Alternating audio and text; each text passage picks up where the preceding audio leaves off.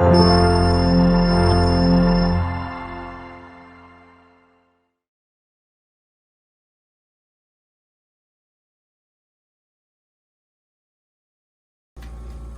thing to remember is if you put a humidifier on there and you're not getting oxygen coming out to you, but you notice it bubbling in your bottle, then you've got it cross-threaded, you've got a crack in your cap, you've got a blockage here somewhere and it's not getting out. So we need to troubleshoot that and start looking at the bottle first.